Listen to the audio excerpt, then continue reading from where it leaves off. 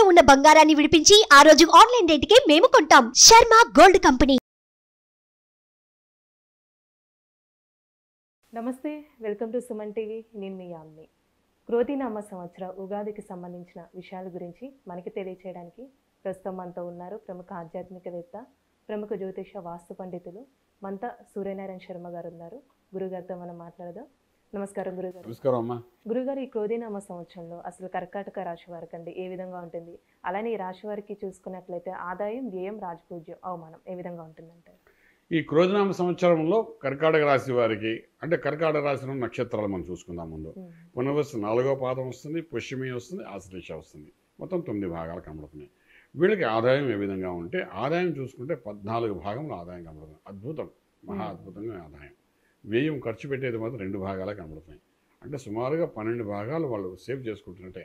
అంటే చాలా అదృష్టవంతులు ఈ సంవత్సరం కర్కాటక రాశి వారు పూర్తిగా అదృష్టవంతం చెప్పచ్చు. అలాగే రాజపూజ్యం 6 భాగాలు కనబడుతుంటే, అవమానం కూడా 6 భాగాలు కనబడుతున్నాయి. సో అవి కూడా సమతుల్యంగానే ఉన్నాయి.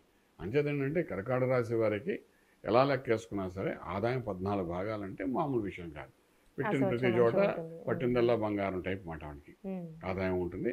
అలాగే ఉద్యోగరీత్యా వాళ్ళు చేసే ప్రయత్నాలు ఏమైనా ఉంటా, ఫర్ ఎగ్జాంపుల్ ఒక వేరే కంపెనీలో ప్రయత్నం చేయాలనుకుంటే 40%, 60% హైక్తోని, ఫర్ ఎగ్జాంపుల్ ₹1,00,000 ఒక్కసారి 1,50,000, 2 లక్షల జీతం రావడం, ఉద్యోగము, అలాంటి ప్రయత్నాల్లోని ఇలా రకరకాలుగా పట్టిందల్లా బంగారంలాగే వాళ్ళకు ఉంటుంది. కాబట్టి ఈ సంవత్సరం ఏమాత్రం భయపడక్కలేదు. కర్కాటక రాశిలో ఉన్న ప్రతి నక్షత్రం వాళ్ళకు కూడా ఆదాయం అద్భుతంగా చెప్పడానికి అవకాశం ఉంది. ఇప్పుడు వ్యాపారస్తులకి ఏ విధంగా ఉంటుందంటారండి? చిన్న వ్యాపారస్తుల దగ్గరికి వచ్చినప్పుడు అంటే ఇన్వెస్ట్మెంట్ ప్లాన్స్ చాలా ప్లానింగ్గా చేసుకోవాలమ్మా. చేసుకున్నప్పుడు ఏంటవుతుందంటే ప్రతి రూపాయికి 10 రూపాయల లాభం వచ్చే అవకాశం ఉంటుంది. ఎస్పెషల్లీ కర్కాటక రాశి వాళ్ళు చేసే power plant, solar system, agriculture, organic, steel, cement, iron, infrastructure మీద, రియల్ ఎస్టేట్ బిజినెస్, రాజకీయ బిజినెస్. రాజకీయం కూడా ఒక బిజినెసే కాబట్టి ఇన్వెస్ట్మెంట్ చేసుకుంటారు. రాజకీయాల్లో కూడా ఒకరు గెలవాలంటే నలుగురు కలిసి డబ్బులు వేసుకుని గెలిపించిన ప్రయత్నం చేస్తారు. సో అది కూడా ఒక వ్యాపారం అన్నమాట. అలాగా మీరు ప్రే చేసే దాంట్లో కూడా ఒక ప్రాఫిట్ వచ్చే అవకాశం అనమాట. సో డెఫినెట్గా అన్ని రంగాల వరకు వ్యాపారస్తులకి పెట్టిన పెట్టుబడి అలాగ ఉండిపోయినట్టు ఉంటుంది. లాభాలు మాత్రం 12 పాళ్ళు, అంటే అబ్నార్మల్ ప్రాఫిట్స్ లోకి వెళ్ళడానికి అవకాశం బాగా ఉంది చెప్తాను. ఇప్పుడు స్టాక్ మార్కెట్ ఏ విధంగా ఉంటుందండి? స్టాక్ ఇన్వెస్ట్మెంట్ ప్లాన్స్ బాగా చేసుకోవాలమ్మా. ఎస్పెషల్లీ పవర్ ప్లాంట్స్ మీద, బ్యాంకింగ్ సెక్టర్ మీద, ఇన్ఫ్రాస్ట్రక్చర్ మీద, అలాగే ఎడ్యుకేషన్ ఇన్స్టిట్యూట్స్ మీద, వాటి మీద స్టాక్స్ మీద ఇన్వెస్ట్మెంట్ ప్లాన్స్ చేసుకుంటూ ముందుకంటే బాగుంటుంది.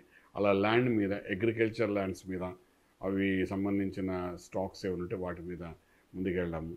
తర్వాత ఫార్మా లైన్లో ఏదైనా ఉంటే వాటి మీద ఇన్వెస్ట్మెంట్ ప్లాన్ చేసుకుంటాం. డెఫినెట్గా అలా పెడితే నష్టం మీద జరగదు. ఒక్కొక్క దాని మీద పెట్టిన దాన్ని బట్టి పర్సంటైల్ మాట మారుతూ ఉంటుంది తప్ప నష్టం అయితే జరగకుండా లాభదాయకంగా ముందుకెళ్తామని చెప్పచ్చు. ఇప్పుడు వివాహ విషయానికి వస్తే భార్యాభర్తల మధ్య సంబంధం కానీ సంతానం పరంగా చూసుకుంటే ఏ విధంగా ఉంటుందండి? భార్యాభర్తల సంబంధం దగ్గరికి వచ్చినప్పుడు నీకు వ్యాపారం బాగుందన్నా కానీ పర్సనల్ రిలేషన్ పూర్తిగా కొంచెం ఇబ్బందికరమైన పరిస్థితి. ఎందుకంటే 7 ఇంట్లో శనీశ్వరుడు ప్లస్ రవి కూడా స్టార్టింగ్లో ఉంటాడు, ప్లస్ శనీశ్వరుడు కూడా ఉన్నాడు, ప్రస్తుతానికి కుజుడు కూడా ఉన్నాడు స్టార్టింగ్లోని. సో ఈ సంవత్సరం అంతా శని 7 ఇంట్లో ఉంటాడు.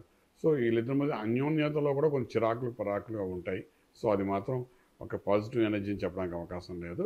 ఇలాంటప్పుడే ఏంటంటే మన ఈ క్రోధనామ సంవత్సరానికి అధిపతి కుజుడు కూడా కాబట్టి వాడు ఎక్కడి నుండో ఒక కోపాన్ని తీసుకొచ్చి చూపిస్తుంటాడు.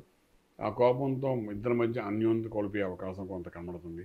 ఏదైనప్పటికీ out of court way settlement అవ్వాలి అనే తపనంతోనే వెళ్ళాలి తప్ప కోర్టు వరకు వెళ్ళాలని ప్రయత్నం మాత్రం చేయకండి.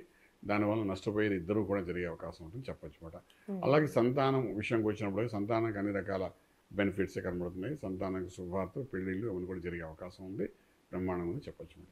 ఇప్పుడు విద్యార్థులకండి విదేశాలకి వెళ్ళాలనుకుంటున్న వాళ్ళు ఉన్నారు, అలానే ఉన్న వాళ్ళు కూడా అండి, అక్కడ వాళ్ళకి ఏ విధంగా ఉంటుందంటారు? విదేశాలకు వెళ్ళి చదువుకునే విద్యార్థులకి రాజ్యం బాగుంది, భాగ్యస్థానానికి ఏమీ ప్రాబ్లం లేదు, చక్కగా చదువుకోవచ్చు, అవకాశాలు వస్తాయి. ఎందుకంటే భాగ్యంలో రాహు ఉన్నాడు కాబట్టి డెఫినెట్గా విదేశాలు తీసుకెళ్తాడు, అందులో ఏమీ సందేహం లేదు. అయితే అక్కడ సెటిల్ అవ్వాలనుకున్న వాళ్ళకి రాజ్యస్థానం చూసుకోవాలి. మనం చూస్తున్నప్పుడు అక్కడ బృహస్పతి మొన్నటి వరకు ఉన్నాడు, మే 1 నుండి బృహస్పతి లాభంలోకి మారుతున్నాడు. చేత ఏదో ఒక రకంగా ఆదాయం ఇస్తాడు తప్ప మనం ఏ ప్రొఫెషనల్గా వెళ్ళాము, ఏ రంగంలో మనం డబ్బు అనుకున్నాము అనే విషయాన్ని పక్కన పెడితే ఏదో రకంగా ఒక ఆదాయం ఇచ్చి మిమ్మల్ని ప్రాఫిట్లోనే కూర్చోబెడతాడు తప్ప అనుకున్న ఉద్యోగం వచ్చే అవకాశాలు కొంచెం తక్కువగా ఉన్నాయని చెప్పచ్చు. ఇప్పుడు కోర్టు సమస్యలు ఏ విధంగా ఉండొచ్చండి రాశి వారికి? కోర్టు వ్యవహారాలు, భూమికి సంబంధించిన వ్యవహారాలు అయితే సెటిల్మెంట్స్ బాగానే అవుతాయి. వైవాహిక జీవనానికి సంబంధించి అయితే కొంచెం ఇబ్బందికరమైన జరుగుతాయి. ఏదైనా అవుట్ ఆఫ్ కోర్టువే అవుతుంది, అందులో కూడా ఒక నష్టం కూడా కనబడుతుంది, అలాగే ఒక రిలాక్సేషన్ కూడా ఉంటుంది. ఇవన్నీ ఒక ఎత్తు. కోర్టు వ్యవహారాలు లీగల్ ప్రొసీడింగ్స్ రకరకాలు ఉంటాయి కాబట్టి ఒక్కొక్క రకమైన లీగల్ ప్రొసీడింగ్స్ ఒక్కొక్క రకమైన బెనిఫిట్స్ ఉంటాయి కాబట్టి ఆ బెనిఫిట్ అవుట్ ఆఫ్ కోర్ట్ వేలో మనకు వచ్చినప్పుడు డెఫినెట్గా గుడ్ బెనిఫిట్తో బయటపడతాము, మంచి రిలీఫ్ అవుతారు, రిలాక్సేషన్ ఉంటుందని చెప్పడానికి అవకాశం ఉంది. ఇప్పుడు ఒక ల్యాండ్ కొనాలనుకుంటారు, ఏదైనా ఇల్లు ప్లానింగ్ ఉన్న వాళ్ళకి ఈ సంవత్సరంలో అయ్యే అవకాశం ఉంటారండి? ల్యాండ్ ఇన్వెస్ట్మెంట్ ప్లాన్స్ చేసుకోవచ్చండి. ఇన్వెస్ట్మెంట్ ప్లాన్ చేసుకోవడం వల్ల కొంచెం బెనిఫిషియల్గా ఉంటుంది. ఎందుకంటే ఆదాయం ఎక్కువ ఉంది కానీ reinvestment of the land and reinvestment of the money అనేది ల్యాండ్ మీద పెట్టచ్చు, అలాగే గోల్డ్ మీద కూడా పెట్టచ్చు. ఈ రెండు కూడా మంచి సపోర్ట్ చేసే విధంగా ఉన్నాయి ఈ సంవత్సరం అంతాను.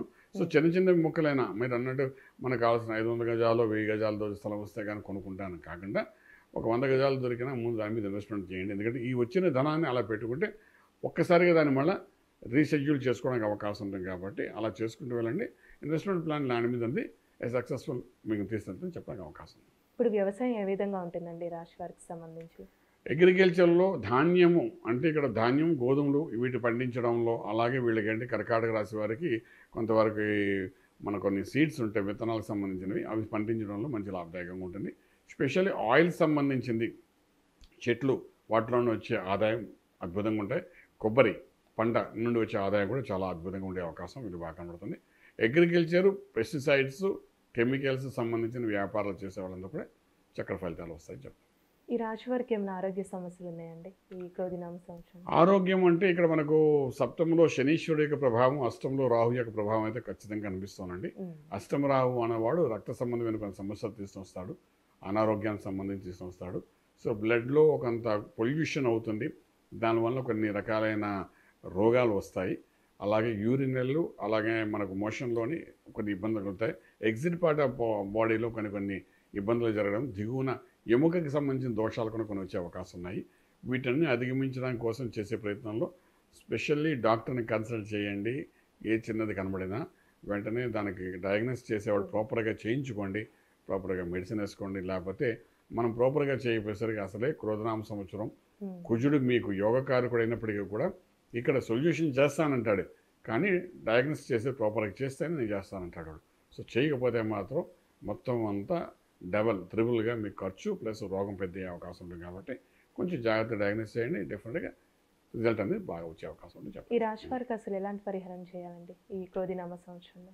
ఈ రాశి వారికి గురువు యొక్క అనుగ్రహం రాజ్యంలో ఉంది. భాగ్యం నుండి రాజ్యంలోకి వెళ్తున్నాడు, తర్వాత ఆరంభంలోనే భాగ్యస్థానంలో ఉన్నాడు, అనుగ్రహాన్ని ఇచ్చాడు. కాబట్టి సంవత్సరం అంతా బాగుండాలి, రాజ్యం బాగుండాలి అంటే వ్యవసాయ క్షేత్రం బాగుండాలి, సంపాదన బాగుండాలి. ఆల్రెడీ బాగుంటుందని నేను చెప్తున్నాను, అది నిలబడాలి. దానికోసమని ఆ గురువు యొక్క అనుగ్రహం పొందడానికి దక్షిణామూర్తి మహామంత్రాన్ని సాధన చేసుకుంటూ కానీ ముందుగానే వెళ్ళగలిగితే మాత్రం కొన్ని అష్టంలో ఉన్న రాహు ప్రభావం కానీ, సప్తంలో శనీశ్వరుడితో జరుగుతున్న గొడవలు కానీ, భార్యాభర్తల నుంచి గొడవలు కానీ, ఇవన్నీ కూడా కొంచెం సర్దుబాటు అయ్యి డెఫినెట్గా ఒక రాజమార్గంలో రాజ్యాంగం పొందడానికి అవకాశం చెప్పేద్దాం. చాలా చక్కగా తెలియజేశారండి, ధన్యవాదాలు. శుభం బియాదు. చూసారు కదండి, క్రోధినామ సంవత్సరంలో కర్కాటక రాశి వారికి ఏ విధంగా ఉంటుంది, అలానే ఈ రాశి వారికి సంబంధించిన పరిహారాలు ఏ విధంగా చేసుకోవాలి గురుగారు మనకి తెలియజేశారు కదా. అలానే మీ జాతకానికి సంబంధించి కానీ, మీ ఇంటి వ్యాపార వాస్తుకు సంబంధించి ఎలాంటి విషయాలైనా మీరు తెలుసుకోవాలనుకుంటే స్క్రీన్ మీద కనిపిస్తున్న నెంబర్కి కాల్ చేసి గురుగారిని సంప్రదించవచ్చు. ఇలాంటి మంచి వీడియోస్తో మళ్ళీ మీ ముందుంటాను. ధన్యవాదాలు. సుమన్ టీవీలో మీ పర్సనల్ అండ్ బిజినెస్ ప్రమోషన్స్ కోసం కింది నెంబర్కి కాంటాక్ట్ చేయండి.